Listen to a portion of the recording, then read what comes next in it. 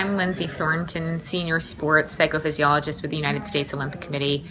It is my pleasure to introduce Dr. Tim Harkness with Chelsea Football Club.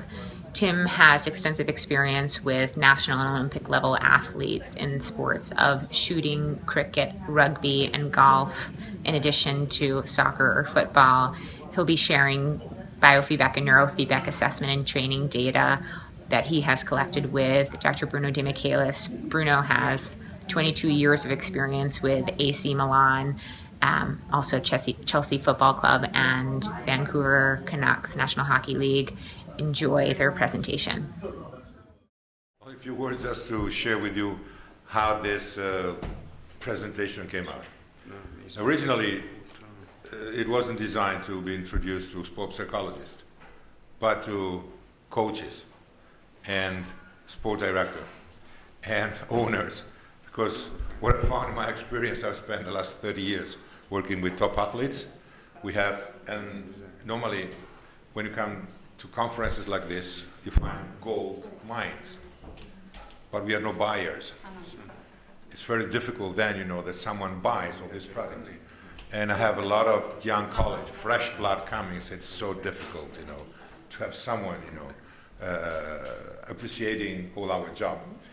And of course, also myself, sometimes I had to push a little bit and talk to coaches and managers and doctors and staff, say, how can we sell what we do? How can we tell them, that something that is normally intuitive for them, like, oh, of course, an under-recover athlete is underperforming, or a stress athlete is underperforming. How do you support this affirmation in a qualitative and quantitative way? So initially, I asked to myself, let's see if we can put together some information, because coaches, now they're very used to have data. They have data from the medical department, they have data from the scouting, opposition scouting, technical analysis, they have data coming from the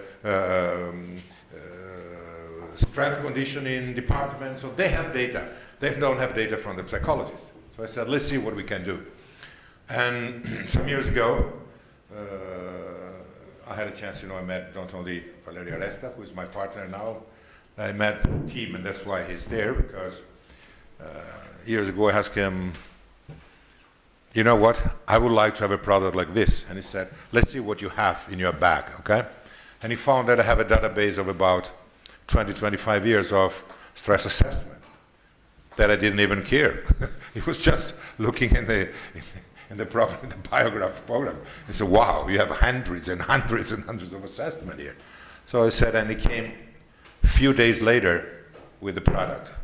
And I use it, to introduce the coaches. So that's why he's there. He made it, so you talk about it. Okay. Thanks, Bruno. Just arriving in Rome today, I was reminded of the first time that I met Bruno. I took a train into Milan, and we met at the train station, and we went to Milanello, where Bruno had been working for, at the time, 22 years, I think. 23 years. And I was completely outside the world of elite sport. And I was looking at all the names in the biograph program that Bruno had, and these were superstars of world sport. And it was completely fascinating to me that there was the psychophysiological data of these absolute superstars. And then it was probably a year later that we began working together.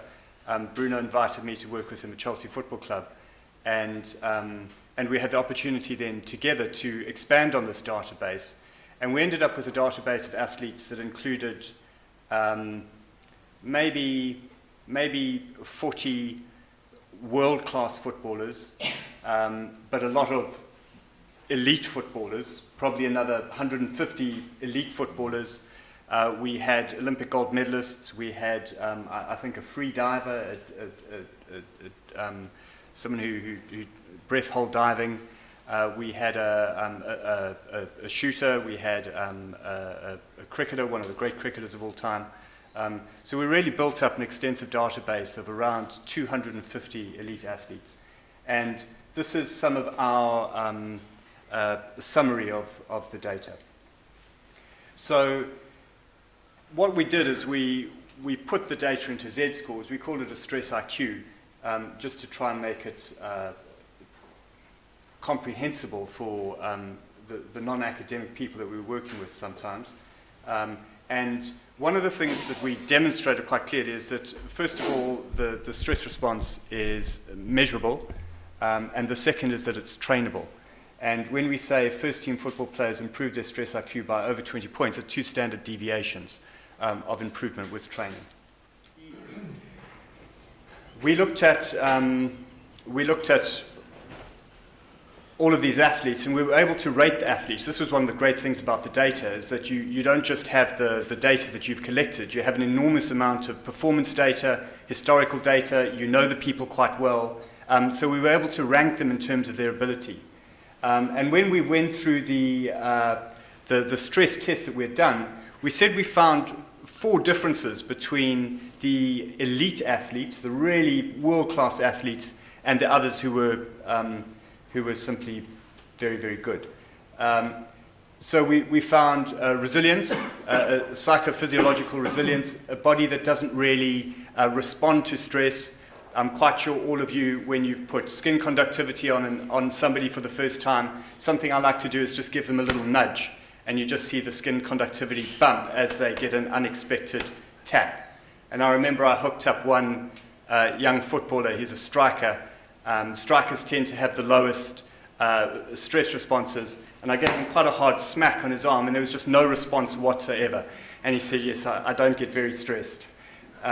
Alertness, the ability to be mentally sharp and ahead of the game, control, ability to control muscle tension, breathing rate, heart control, and then flexibility, which was something to do with the alpha frequencies.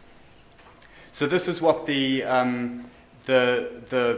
summary statistics looked like of the physiological data. We had EMG, we had blood volume pulse, we had heart rate, respiration rate, we had skin conductivity and peripheral temperature. And we plotted those over, how many activities was it? Was it 11 activities? 11 activities, some of which were rest activities, some of which were stress activities. This one actually looks like quite a stress-resistant individual, but you can see that a couple of the activities, probably most clearly on the EMG and the blood volume pulse, you can see which were the stress activities. This was also quite interesting for us. We monitored CZ, EEG. So you can see the stress conditions over here. And one of the things we were looking at is the difference between, this is a low alpha frequency, the light blue is a high alpha frequency. And we were comparing that between stress conditions and then also across the groups. We then were able to compare young athletes with adult athletes. We also looked at staff. So we came up with an overall stress IQ score where the average was 100, a standard deviation was 10.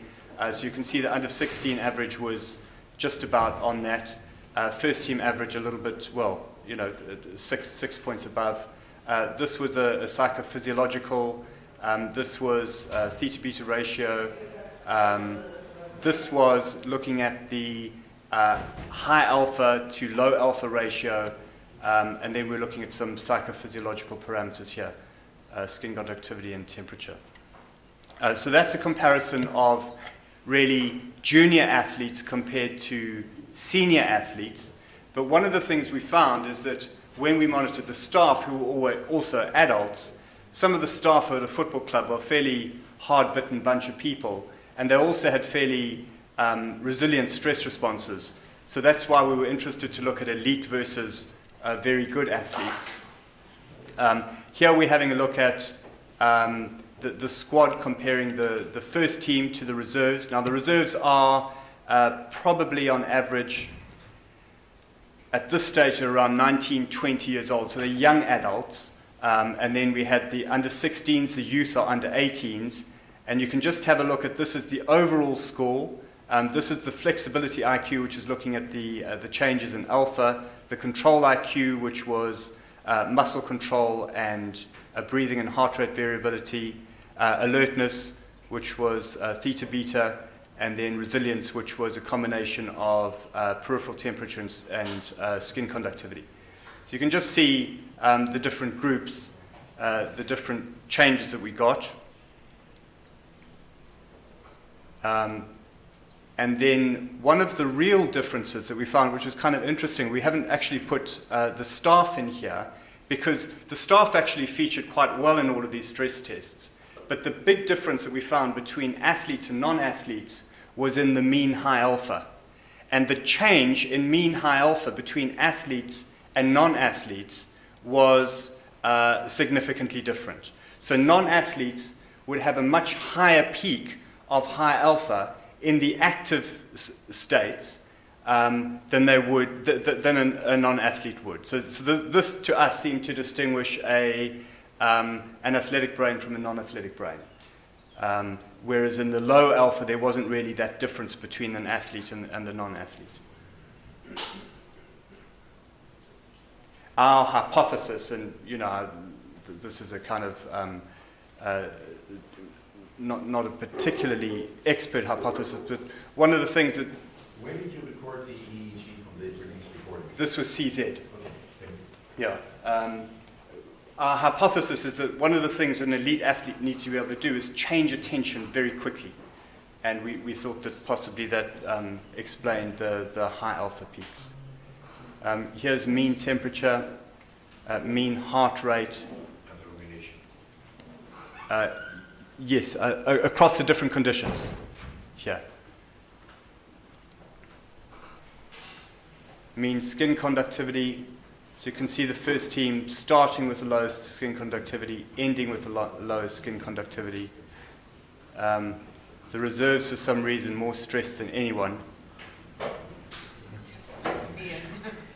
It is a tough situation to be in. Then what we were interested in doing is seeing what effect training had. So our initial task was to just to measure everybody, but then everybody received a certain amount of training. So most people received between 6 to 10 sessions, but some people received probably 40 to 50 sessions, and I think there's one player who I reckon has received 200 to 300 training sessions. So you can see that untrained, they were scoring that round about 104, but trained just under 110. And we had some players, as I said in the beginning, who were actually improving their stress IQ score by over 2 standard deviations. So that's turning somebody from a fairly average stress response into a highly elite stress response. Just by the way, the 2 highest stress responses we ever found, the one was an Olympic marksman, a gold medalist in Olympic shooting, and the other was a cricketer who was a batsman who at the time had scored the 2nd most runs in the history of cricket. So those were the 2 sports that scored higher than anybody else. So this is our first database, and what we did is we looked at the red were athletes from one football club who had been tested and trained. And the blue were athletes from another football club who had been tested but not trained. And then we just did a list of the top 20, and you can see how many people naturally got into the top 20. Only 3 of the athletes naturally scored in the top 20 of highly resilient individuals. Both played in A division. Yes, both teams are elite footballers. And then a couple of years later, when we had done testing and training, you can see that the distribution is much more equal, that we had lifted a whole lot of elite athletes into the top 20 of this group through psychophysiological training. Do their on-field performance statistics mirror the games? I'll obviously, very important question. Okay. Kind of the key question. Okay. Yes. So let's have a look. What we also did is we monitored heart rate variability. We took around 2,500 heart rate variability samples from 45 different players over 9 months. At the same time, on a weekly basis, we were taking recovery questionnaires, asking players how recovered they felt. We were monitoring their well-being on a weekly basis. In addition to this, every single match, would be rated, given a coach performance assessment, would be rated by up to 5 different coaches on a set of variables, and then we would have key performance indicator objective statistics that would be collected by a company like Opta. And finally, we had the stress IQ scores that I've just been describing. So this was our database that we ended up with, and we wanted to try and make some sense of this. And this is what we came up with. So we had, what we ended up trying to do is just trying to see, well, we know eventually which things cause or which things are connected, but which of these can we actually control? Which of these can we manage so that we can affect other outcomes? So this was one of them. We were monitoring passing accuracy over the season, and we were monitoring recovery over the season. This is self-reported recovery, and you can see the correlation between the one and the other. See, we don't actually have a score for that. Got it somewhere. Don't remember it off the top of my head. But we found a significant correlation between the two. And the other significant correlation that we found was passing accuracy and self-reported stress, and an inverse correlation. Coaches become very interesting when you show this. Because that's exactly what they say. When they say that they drop 12% of shooting and passing accuracy, and they know that sometimes they win the season for one goal of difference, then they say, wow, this may be different. And sometimes when they get from the key performance indicator, they shoot the post, they hit the post, they almost go, and normally they say, oh, bad luck. I said, no, bad luck. It's a different story. It's stress and under recovery. So to them was completely shifting the attention to another area with a different way of thinking. By matter of fact, coaches become my first supporter, because you really providing very simple, tools, makes them think, wow, I never thought about that. And okay, you can have, what was the result there? You remember that we lost 10 points in that time. In that period, yes. Yeah. I mean, sorry, it's up to you, but in those periods, at the end of February and the beginning of April, on 21 points, we only scored 9. Not before, not after. To him was wow.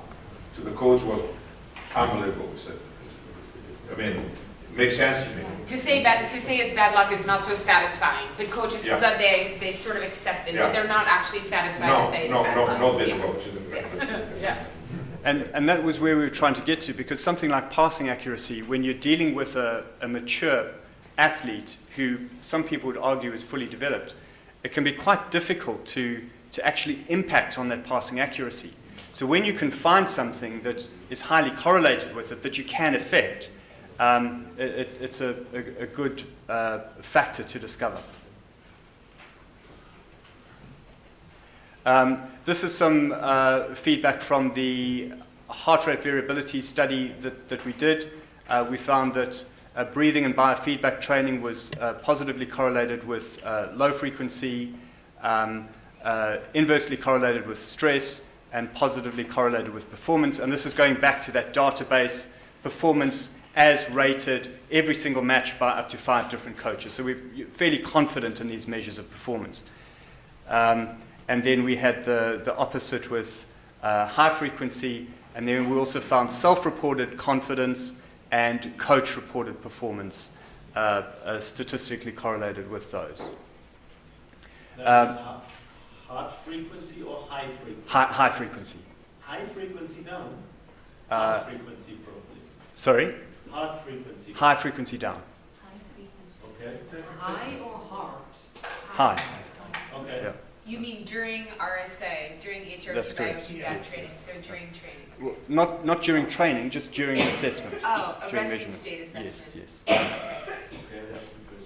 Yeah. Upon awakening, when is the... They were coming in before training, okay. and they were doing a tilt test, so they would spend some of it supine and some of it standing. Okay. Yeah. This is the dashboard that we created just to have a look at all the different indicators, so we could take this to the coach and show him some of the patterns that we were seeing. These are key performance indicators: self-reported recovery, stress IQ, and this is the coach-player assessment, feeding the coach's own information back to him. And then finally, we're coming up with a form guide over there, just to try and give the coaches something recorded. And one of the things we find in a sport like football is that football, the actual game is very difficult to measure, and there's a lot of intuition involved. And I have a high degree of faith in the intuition of the coach, in the ability of the coach to sense accurately what is going on. But coaches don't have good memories. So while he may be able to tell you very accurately what is happening this moment, that memory quickly fades. And that's why it's so important to record the opinions of the coach, because he won't know what his own opinions were 2 weeks or 3 weeks later. And now for something completely different. This is some of the EMG work that we did. So this wasn't really connected to stress or recovery. We did this work with quite a lot of athletes. This is an athlete who suffered an ACL injury. And one of the things we found monitoring EMG after an ACL injury is that the ratio between recruitment of the VMO and the VL was skewed. So normally you're looking at a ratio of around 1:1, and we could end up with ratios of 2:1 or more in either direction. It would just depend where the pain was coming from. So what we did is we gave this particular athlete, and this is a record of one athlete's training, we gave him feedback on the ratio every time he made a small cut. So we'd have an EMG on his VMO, we'd have an EMG on his VL, and every time he just made a little cut like that, he would be shown the amplitude of each contraction. And these points here are recording the ratio of the one to the other. And this is time. So what you can see is that initially, the ratios are quite random. They vary widely from one contraction to the next. And sometimes you're having a strong VL response, sometimes you're having a strong VMO response. He doesn't really know what's going to happen. And one of the things we say to athletes is that a knee injury, an ACL injury, is a bit like a car crash. You only need one. And you only need to have one non-contraction which doesn't stabilize your knee, and you're going through your knee and you're ripping your ligaments. So what we really want is a predictable ratio of recruitment. And you can see that as training went on and on, over here in particular you can see a period where he was first of all lowering the ratio, so that's much more a 1:1 ratio. Secondly, he was much more reliable in his recruitment. Then, Linda, I was just reminded of something you said. He missed training for a period of time, and the ratio went up again, and then he was able to pull it back down, and that's where we ended up. You can see the ratio is much more consistent, much more compressed after training. If I may add something, we did this just on purpose to create a better compliance with the medical department and physiotherapists, because they don't understand what you do. The other reason was that the athlete and many other athletes, they had already the okay from the medical department to go back and training. They have already finished their physical rehab. But we found out, that the muscles was ready according to, the Cybex test that they did, and they passed all the physiological tests. But we found that control of it wasn't proper good. So we did this kind of training to see that biofeedback can be, used not just in the mental aspect, but is a link between the physiotherapy, the medical department, and they've been very happy because they understand it. So they start to send it, to send us players during the rehab to the mind room, okay, just to create a cooperation. And the coach is happier, so you have more chance to have, sports psychology introduced into the class. Yes, and if I can just reiterate that point, that sometimes the players kind of got the medical all clear, but you're not seeing that effective recruitment pattern. And they're appropriately anxious about re-injury. Absolutely. That's correct. Yeah. Absolutely. You're right, it makes really something important because they report when they're here. I feel stable. Now, I remember very well. I feel stable. Right, I'm strong. I've been cleared to play. that I know there's something wrong. Exactly. Yeah. Yes. Because you just don't know what's going to happen. And that would be the definition of unconfident, is you don't know what's going to happen. Whereas here, that's confidence, because you know what's going to happen. So, you know, that's a little bit of feedback on the work that we did over that period of time. And really, in conclusion, there's so much that is measurable and trainable. And that was our experience. Okay.